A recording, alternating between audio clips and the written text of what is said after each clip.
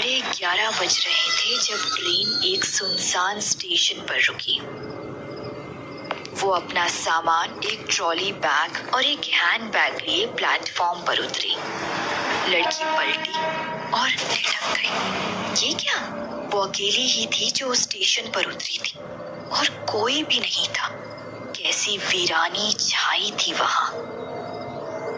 कहीं वो आंटी सच तो नहीं बोल रही थी? नहीं, छोटा सा स्टेशन है और रात भी काफी हो गई है, इसलिए ऐसा होगा। सब खुश हो जाएंगे मुझे यूं अचानक देखकर। पर ये क्या? बाहर जाने का दरवाजा मजबूती से बंद था। अजीब लोग हैं। वो जल्दी जल्दी चलती हुई स्टेशन मास्टर के कैबिन की तरफ जाने लगी। अरे ये क्या है? स्टेशन मास्टर का कैबिन भी खाली था, कहीं कोई नहीं। फिर उसने गौर से चारों तरफ नजर दौड़ाई। अजीब था, अजीब सी धुंध और ठंड थी वहां। पूरा स्टेशन कब्रिस्तान की तरह उजाड़ और वीरान, कोई भी नहीं। वैसे तो वो एक हिल स्टेशन था, लेकिन उसे अजीब तरह की अस्वाभाविक ठंड लग रही थी, जिसका उस वक्त के मौसम से कोई लेना देना नहीं था। वो बुरी तरह से डर गई। फाड़ में गया सरप्राइज। घर पर फोन करती हूँ।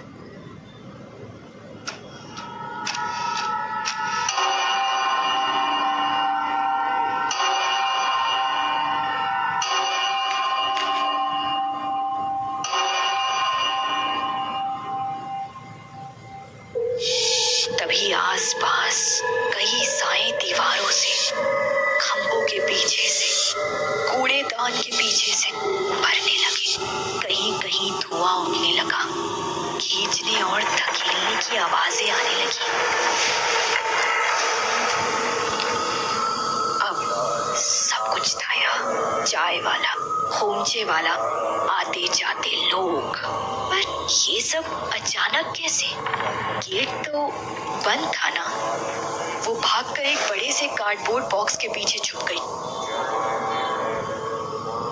किसी तरह पटरी तक पहुंच जाऊं, फिर धीरे धीरे उस पर चलते हुए अनु स्टेशन से बाहर निकला जा सकता है। हाँ, यही ठीक रहेगा।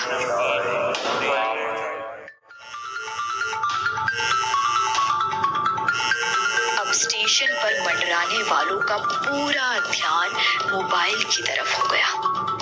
वे धीरे धीरे बिना आवाज किए उस तरफ बढ़ने लगे। जब सामने वाली आकृति पर हल्की रोशनी पड़ी तो नहीं चाहते हुए भी उस लड़की की चीख निकल गई।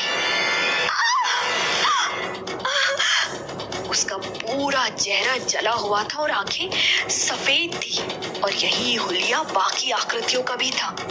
उसकी चीख सुनकर सब उसे ही घूरने लगे और अब मोबाइल भूलकर सारे उस लड़की की तरफ बढ़ने लगे।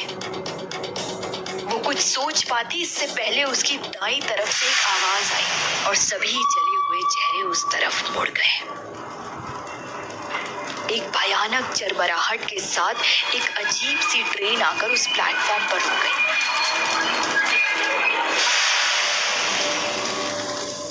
लड़की जोर से चिल्लाई, मेरी मदद करो, कोई बचाओ, मैं यहाँ हूँ, मेरी मदद करो, बचाओ।